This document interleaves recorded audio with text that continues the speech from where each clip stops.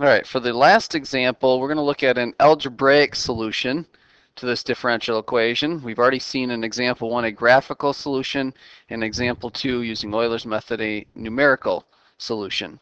But before we get into that, we need to understand one technique that we're going to need to use in order to solve this thing algebraically. And the technique is called a partial fraction. And it's a partial fraction decomposition. And it's the process of splitting a fraction, which is what we started out with here for a differential equation. It has a fraction in it.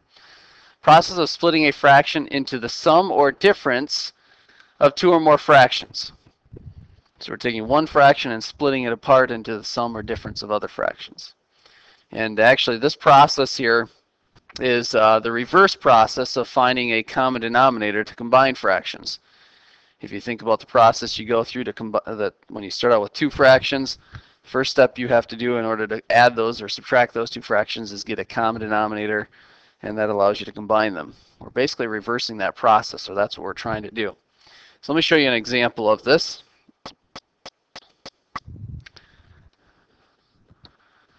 So let's say that we take this sum of two fractions here, 2 over x minus 4 plus 3 over x plus 1, and we want to add those two fractions together. Now, of course, in order to add those two fractions, the first thing we have to do is get a common denominator.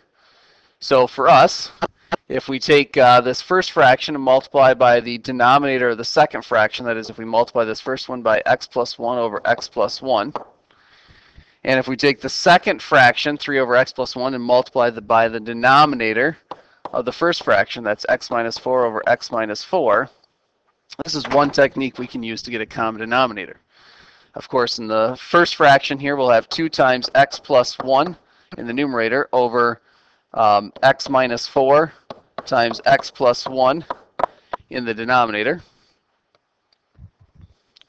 And in the second fraction, we'll have 3 times x minus 4 divided by the x minus 4 times x plus 1. And now you can see you have a common denominator, so we can actually add these two fractions together. So to do that, let's actually distribute the 2 through there. So we'll have 2 times x plus over here we've got 3 times x, so that's a total of 5x we'll have in our numerator. And 2 times the 1 on the left side and the 3 times the negative 4, that's a negative 12. So 2 minus 12 is actually a minus 10 here. So we'd end up with 5x minus 10 in the numerator. And if we go ahead and multiply the denominator together here, we'll end up with x. I guess I don't need the parentheses there. We'll end up with x squared. You'll have a minus 4x and plus 1, so that's a minus 3x, and then a minus 4. So if we combine that into just one fraction, we end up with this. Okay? So the process that we just went through going in this direction here, we were simplifying or combining fractions.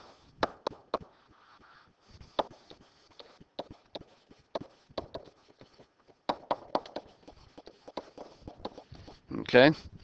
The method that we're talking about doing is going from our answer that we ended up with back to what we started with. And this is the partial fractions that we're going to deal with, the partial fraction decomposition.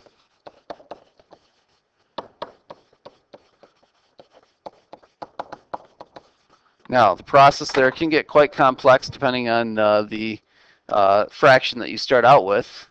For ours, they're going to be, I guess, the simplest form, so that means there is a nice method that we can use to easily go through this process. But as you can see, that's the process we've got to go through. We're starting with something like we see at the bottom and working our way back to what we see at the top. All right, so the method that we can use, because our problems are the form that they're going to be in, we can use this method called the Heaviside method. This method can be used if the denominators or the denominator of your fraction can be written in as the product of linear factors that are not repeated, and that's the type of problems we're going to be working with. So here's what his technique here. It's named after a guy named Heaviside. The first step here is to factor the denominator of your original fraction into the product of n linear factors. So in our example, we had 2 linear factors that we could factor it into. Take the x squared minus 3x minus the 4 and factor that. And we're going to go through an example here in just a second. We'll go through that same example to illustrate this, but let me go through the steps of the process first. And then the second step of the process is to set the original fraction equal to the sum of n fractions. We just were able to factor this into n factors. So we're going to set this equal to the sum of n fractions, each of those fractions with a denominator equal to one of the linear factors that we just came up with. And you're going to leave the numerators blank.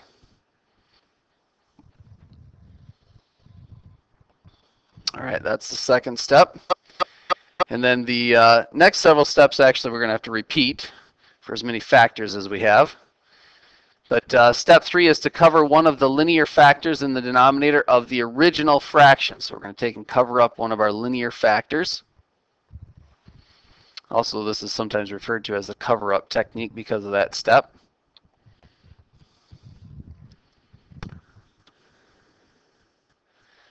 And then once you've covered up one of those linear factors, step 4 is to find the value of x that would make the covered factor equal to 0. So it's a linear factor, so that's usually pretty easy. Just figure out what value of x you'd have to plug in to get 0 in that factor you've covered up.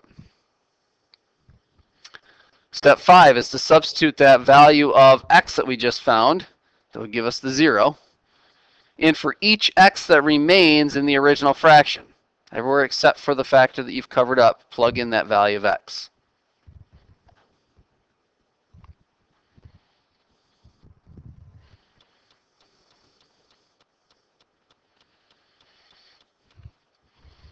And finally, the value of the fraction after this substitution, so after you've substituted in this value of x, the value you end up with is the numerator of the fraction with the same denominator as the covered linear factor. So you covered up one of the linear factors, you substitute in a value, and the value that you end up with is the numerator of the same fraction, or the fraction with the same denominator.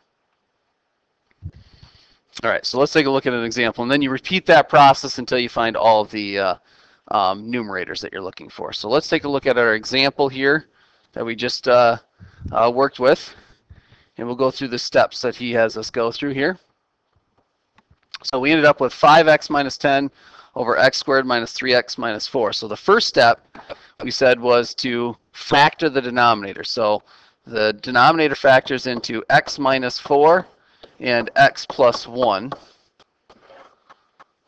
That's over or under the 5x minus 10, of course. So you have to be able to factor the denominator. And then the second step was to write this as equal to the sum of the same number of fractions as you found factors. So we have two factors here, x minus 4 and x plus 1. So I'm going to write this as the sum of two fractions. The first fraction will have the first factor, x minus 4, as a denominator. And the second fraction will have the second factor, which is x plus 1, as its denominator. All right. Now, the Heaviside method then says to find the numerator for one of these terms, which let's say we want to find the numerator for the x minus 4 term. We're going to take and cover up, I'm going to use this little black square to cover this up for us. We're going to take and cover up one of the factors. So we're going to start out with the x minus 4. And notice that by covering up the x minus 4 factor, we're going to be able to find, let me move that back. We're going to be able to find the numerator for the term over there that has the x minus 4 in it. All right, so let's go ahead and write down the steps here that we're doing here. So we're going to cover up the x minus 4. The next step was to find the value of x that you'd have to plug in to make that factor equal to 0. So we're going to let x be 4 then, of course, because 4 minus 4 would give us 0. All right, so let's write down what we have here. We have 5x minus 10. We're leaving off the factor that we've covered up. So that's just got x plus 1 in the denominator. And we're going to let x be 4. So we're going to get 5 times 4 minus 10 divided by just 4 plus 1. And so what do we end up with here? We get 5 times 4 is 20 minus 10. That's 10 in the numerator. 4 plus 1 is 5 in the denominator, so that turns out to be 2. So what we just found out is that numerator for that first factor, the numerator for the x minus 4 fraction, because that's the factor we've covered up, turns out to be 2. All right. Let's do that again, but now let's find the numerator for the second fraction. So let's put a circle there so we realize what we're going after. So now that I'm finding the numerator for the x plus 1 fraction, I have to move my little, if I can move this thing. I'm not sure if I will be able to move it there. Let me try it here on my computer. There we go. Just using that so you can kind of see what we're covering up here. So now we're going to cover up the x plus 1. I'm going to write that down below here. So we're going to cover up the x plus 1 factor. And of course we have to figure out what value of x we use in order to make that factor equal to 0. So of course if x is -1, -1 plus 0 would give us 0. Actually, -1 plus 1 would give us 0. So let's write down what remains then. We'd have 5x minus 10 divided by, again, we're covering up the x plus 1, so we just have x minus 4 in the denominator. And now letting x be -1, we have 5 times a -1 minus 10 divided by, we'll have a -1 minus 4. So in the numerator, -5 minus 10, that's -15. In the denominator, -1 minus 4 is a -5, so -5 over -15 over -5 is a positive 3. That right there is the numerator for the term that we had right here. That's 3. Okay, this is the heavy side method. And you can double check your answer here. If we go back to the previous slide, there's what we started with, 2 over x minus 4 plus 3 over x plus 1. And that's the numerators that we just came up with right here. So his method will allow us to easily break up this fraction like we're going to need to do. Okay? All right, so let's take a look at example 3 then. Example 3 now says to solve the logistic equation that we've worked with now in the last 2 examples, algebraically for y explicitly as a function of x. All right, so we were given the differential equation was dy dx is equal to 0.8 times y times 8 minus y divided by 8. All right, and I'm going to just rewrite this. We kind of did that in example 1 there as well, but I'm going to rewrite this in a slightly different form just so that it makes it perhaps a little bit easier for us to work with. I'm going to go ahead and combine the 8 and the 0.8, so that gives me 0.1 times y times 8 minus y. And I'm going to leave it like that. If you wanted to go further with it, you could, but I'm going to want it in factored form. Hint, hint, the partial fractions that we just saw there is going to come into play. So I'm going to leave it in that form. All right, so for part A, they said, I should label this as part A. Part A, they said to solve this differential equation. Now, anytime they say to solve it algebraically, you only know one method for solving differential equations. That is the separation of variables technique. So that's what we're going to do. I've got to move the dx from the denominator and move him over to this side. And that means that everything with a y in it, which is actually all of this stuff, has to come over here. Now, if you wanted to move the constant, the 0.1, along with it, you certainly could. Generally speaking, we leave the constant over on the other side. If you look at the example the book shows, they actually move it with it, but I'm going to leave it over there. So we end up with dy divided by y times 8 minus y is equal to 0.1 times dx. So on the right side, that's a pretty easy equation to work with. And the left side here, we've got a little bit more work to do in order for us to be able to integrate this thing, which is actually the goal that we have. You are technically ready to integrate this, but unfortunately, we don't have a method for integrating what's on the left side unless we use partial fractions to split this up as the sum of 2 fractions. So that's what we're going to do here. I'm going to rewrite this as the integral of 1 over y times 8 minus y. I'll put the dy at the end. And that's equal to the integral of 0.1 times dx. And I want to split this up as the sum of two fractions here. I want to split it up as some fraction over y plus some fraction over 8 minus y. Remember, that was the first step here of the Heaviside method, was we had to be able to factor the denominator, which it's already factored for us. That was nice. And now if I just use his technique here, I should be able to find the numerators here on the left side. So I'll cover up the y term, and again, I got to think about what value of y would I plug in to get a 0. Well, I'd plug in y equals 0 to make y equal to 0. And so if I plug in 0 for y and cover up the y term there, I'll end up with 1 over 8 minus 0. That's 1/8. So we have a numerator of 1/8. Do the same thing for the second fraction here. Cover up the 8 minus y. And plug in y equals 8, and you get 1 over 8 is that numerator. All right, now in this case, and actually because of the type of fractions that were, or the denominators that we're working with, these turn out to be the same as our example showed us on the previous slide. They don't always have to be the same, but in this case they are. And now on the right side, we still have the 0.1 times dx. All right, so now it's in a form that I am ready to integrate. In fact, if you want to simplify this even a little bit further, you could factor out, and that's what I'm going to do, the 1/8. So I've got 1/8 times the integral of 1 over y plus 1 over 8 minus y dy is equal to the integral of 0.1 dx. All right. On the left side here, when we go to integrate, the 1/8 is a constant, so it stays out front. And the antiderivative of 1 over y dy, we're integrating term by term here, of course. So the integral of 1 over y is just your natural log of the absolute value of y. And then plus the integral of 1 over 8 minus y. If you want to use a u substitution for that, you could. But that's going to turn out to be the natural log of the absolute value of 8 minus y.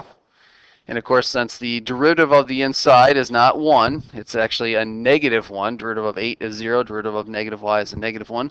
I have to multiply by its reciprocal, so I have to multiply by a -1. And on the right side, the antiderivative of 0.1 is just 0.1 times the variable x plus, of course, our constant of integration. Now again, we found our antiderivative. We've gotten rid of our differentials, actually. But our goal here is to solve for y. Oops, I'm missing a parenthesis here in the parenthesis around the 1/8. So let's go through and multiply by 8 to get rid of the 1/8 here on the left side. So you've got the natural log of the absolute value of y. I'm going to put the minus sign in front of this, minus the natural log of the absolute value of 8 minus y is equal to, when we multiply by 8, we'll get 0.8x plus 8 times c. And if you wanted to, you could rename that as a new constant. I'm going to go ahead and do that. Again, you don't have to rename it there, but sometimes getting rid of those extra constants there will be a little bit easier. So we'll call that C1. All right. On the left side here, you have a difference of logs, and we have a property that says if you have the difference of logs, you can rewrite that as the log of the quotient. So it's the same as the natural log of y divided by 8 minus y, the absolute value of that, of course. And that's equal to the 0.8x plus c1.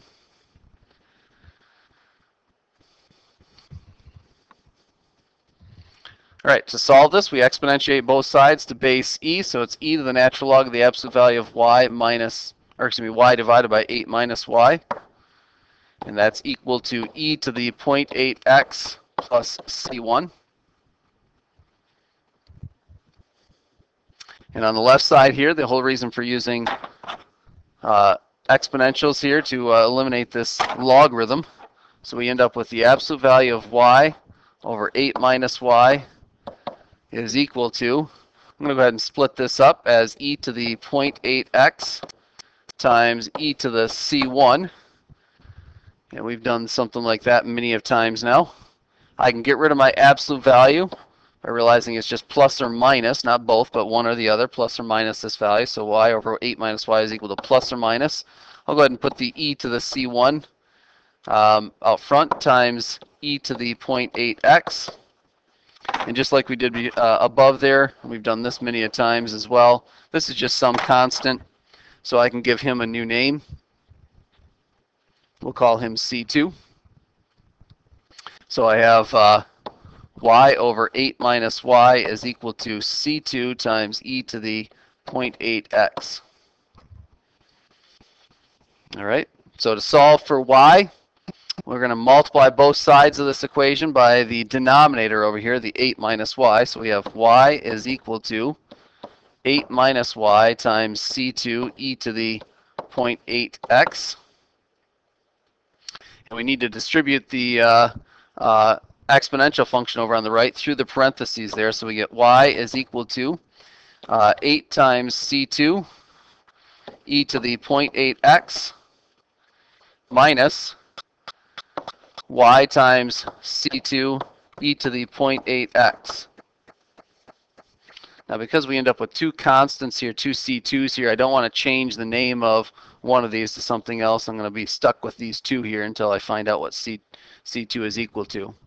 But now you can see I have a y on both sides of my equation. That's what I'm trying to solve for. So move those so they're on the same side.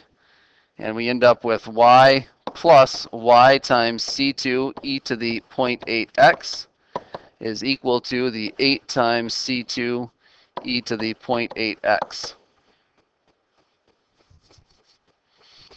Factor out the y. You get y times 1 plus C2 times e to the 0.8x is equal to 8 times C2 e to the 0.8x.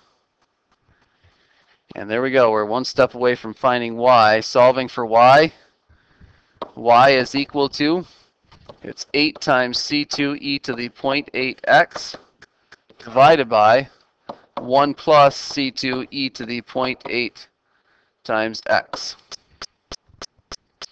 Now, the book did a little trick partway through there to help them with getting an answer in the form that we usually write a logistic function.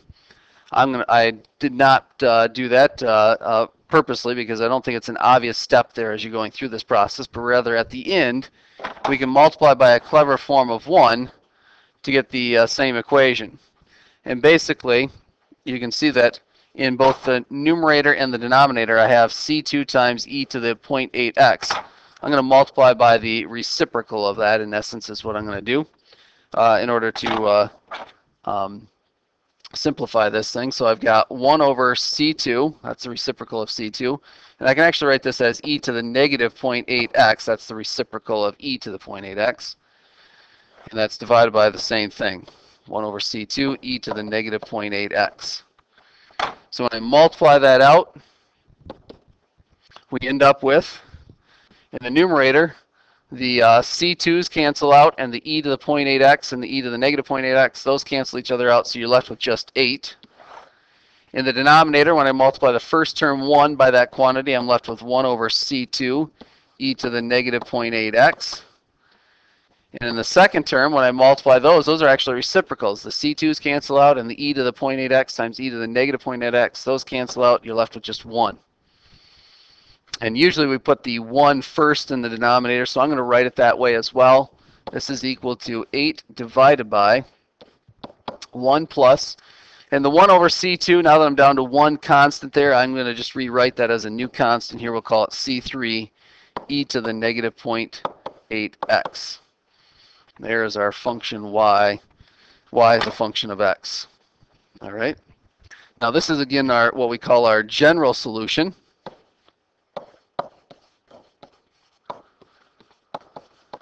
The general solution because of the fact that we still have c in there. So they gave us an initial condition here. They said to solve it subject to part A, which the initial condition in part A of example 1 was that when x is 0, y was equal to 1.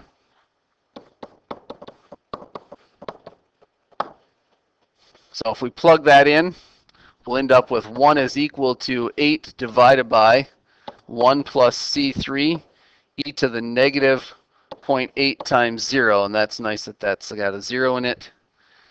So e to the 0, of course, is 1. So we end up with 1 is equal to 8 divided by 1 plus C3.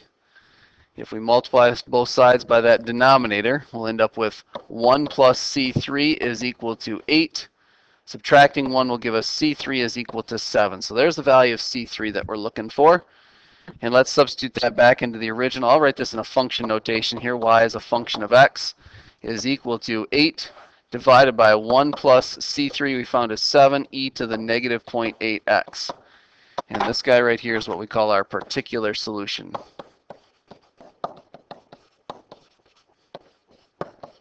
And that's what they're asking us to do, is find the particular solution.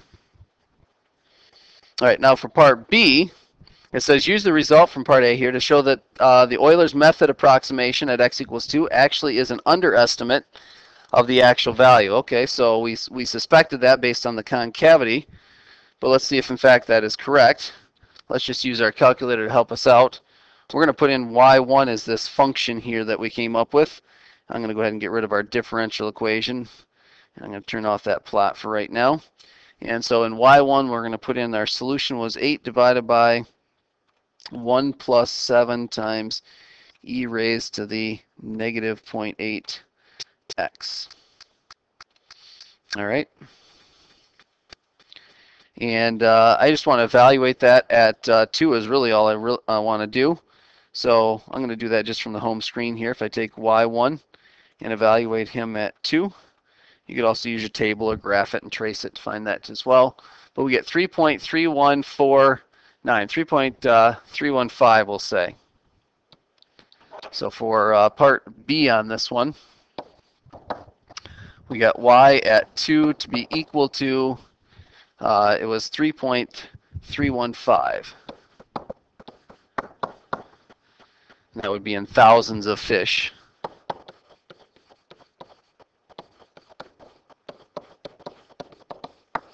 Okay.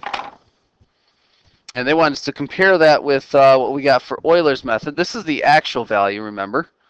So if we go back to our solution from example 2, at 2 we got 3.254, and we just found out that the exact solution here was 3.315. So not off by much, but it definitely is a little bit of an underestimate. And based on the concavity, that's what we claimed there back in example 2. And the last part here of example 3 says for part C, as shown in example 1, the rate of change of the fish population is greatest when y is 4, halfway between the two horizontal asymptotes. Find the value of x at which the rate of change is greatest. So we just want to take this equation then and set it equal to 4. So for part C, we're going to take y1 of x and set it equal to 4. And so I'm just going to use my calculator since we already have it punched into y1.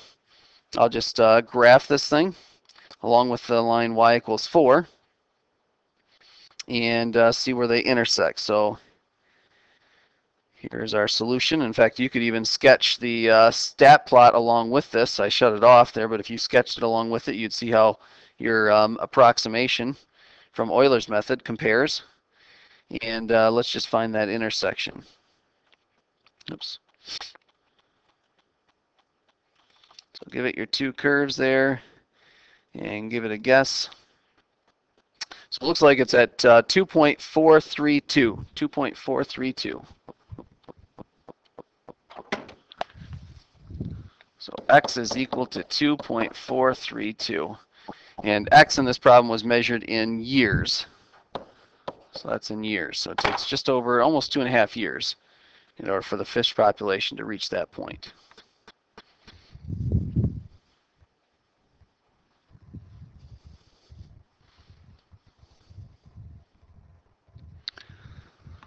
All right. So to generalize this, they give you a table here that shows this. But in that box there at the end of this section, they tell you that the solution here for your logistic differential equation is as follows. First of all, the logistic differential equation is in this form: dy dx is equal to some constant times y times m minus y over m, where m, called the carrying capacity, is the maximum sustainable value for y. So in our problem it was 8 because of the fact that our carrying capacity we found for the fish population was 8,000. All right, and the solution that you end up with turns out to be this. The solution is the logistic function y equals m, that's our carrying capacity, divided by 1 plus a times e to the negative kx. Turns out to be our solution every time.